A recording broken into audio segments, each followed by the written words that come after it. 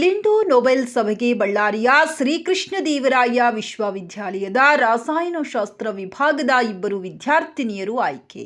ಜರ್ಮನಿಯ ಲಿಂಡೋನಲ್ಲಿ June 29ರಿಂದ July 4ರವರೆಗೆ ಜರುಗಲಿರುವ ಪ್ರತಿಷ್ಠಿತ ಅಂತಾರಾಷ್ಟ್ರೀಯ ಲಿಂಡೋ ನೊಬೆಲ್ ಪುರಸ್ಕೃತರ ಸಭೆಗೆ ಬಳ್ಳಾರಿಯ ಶ್ರೀಕೃಷ್ಣದೇವರಾಯ ವಿಶ್ವವಿದ್ಯಾಲಯ ರಸಾಯನಶಾಸ್ತ್ರ ವಿಭಾಗದ ಸಂಶೋಧನಾ ವಿದ್ಯಾರ್ಥಿಗಳಾದ ಗೌತಮಿ ಪಾಟೀಲ್ ಮತ್ತು ಡಾಕ್ಟರ್ ನಸೀಂ ಕೌಸರ್ ಆಯ್ಕೆಯಾಗಿದ್ದಾರೆ.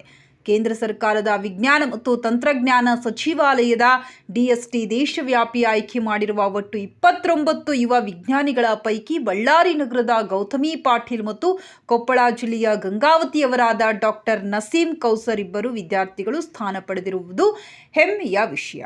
ಪ್ರತಿ ವರ್ಷ ಜರುಗುವ ವಿಶ್ವದ 600 ಯುವ ವಿಜ್ಞಾನಿಗಳನ್ನು ಆಹ್ವಾನಿಸಿ ನೊಬೆಲ್ ಪ್ರಶಸ್ತಿ ಪುರಸ್ಕೃತ ದಿಗ್ಗಜರೊಂದಿಗೆ ಚರ್ಚಾಕೂಟ, ದುಂಡು ಮೇಜಿನ ಪರಿಷತ್ತುಗಳನ್ನು ನಡೆಸಲಾಗುತ್ತದೆ. ನಿನ್ನೆ ಸಂಜೆ ಈ ಇಬ್ಬರು ವಿದ್ಯಾರ್ಥಿಗಳನ್ನು ಬಳ್ಳಾರಿಯ ನಮ್ಮ ನಿವಾಸಕ್ಕೆ ನನ್ನ ಧರ್ಮಪತ್ನಿ ಲಕ್ಷ್ಮೀ ಅರುಣಾರವರು ಆಹ್ವಾನಿಸಿ ಆತ್ಮೀಯವಾಗಿ ಸನ್ಮಾನಿಸಿ ಶುಭ ಹಾರೈಸಿದರು. ಡಾಕ್ಟರ್ ನಸೀಂ ಕೌಸರ್ ಅವರು ಗಂಗಾವತಿ ನಗರದ ಸರ್ಕಾರಿ ಉರ್ದು ಪ್ರೌಢಶಾಲೆಯ ಮುಖ್ಯ ಗುರುಗಳಾದ ಜನಾಬ್ ಎಂಬಿ ಕೊಪ್ಪಳರವರ ಮಗಳಾಗಿದ್ದಾಳೆ.